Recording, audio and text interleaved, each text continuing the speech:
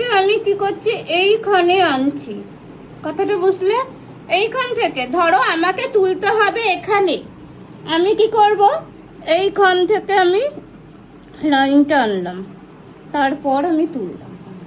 কথাটা বুঝলে? কতটা দূর থেকে আমাকে লাইনটা নিয়ে যেতে হচ্ছে। তোমরা কি করছো, তোমরা এইভাবে বসাচ্ছ, এইভাবে তুলে দিচ্ছ। এই যে তুমি লাইন বুঝতে পারবে না এইভাবে করলে। হ্যাঁ বলো, কি বলছো? হ্যাঁ, এই যে তুমি যখন সুতোটা বসাচ্ছ তখন তোমার টাইট থাকছে, আর আমার দেখো এইটা আমি আমার কাছে হলে সুবিধা, যেহেতু তুমি কাছেই করো, কাছেই করো, যেটা সুবিধা হচ্ছে তোমার, ঠিক আছে?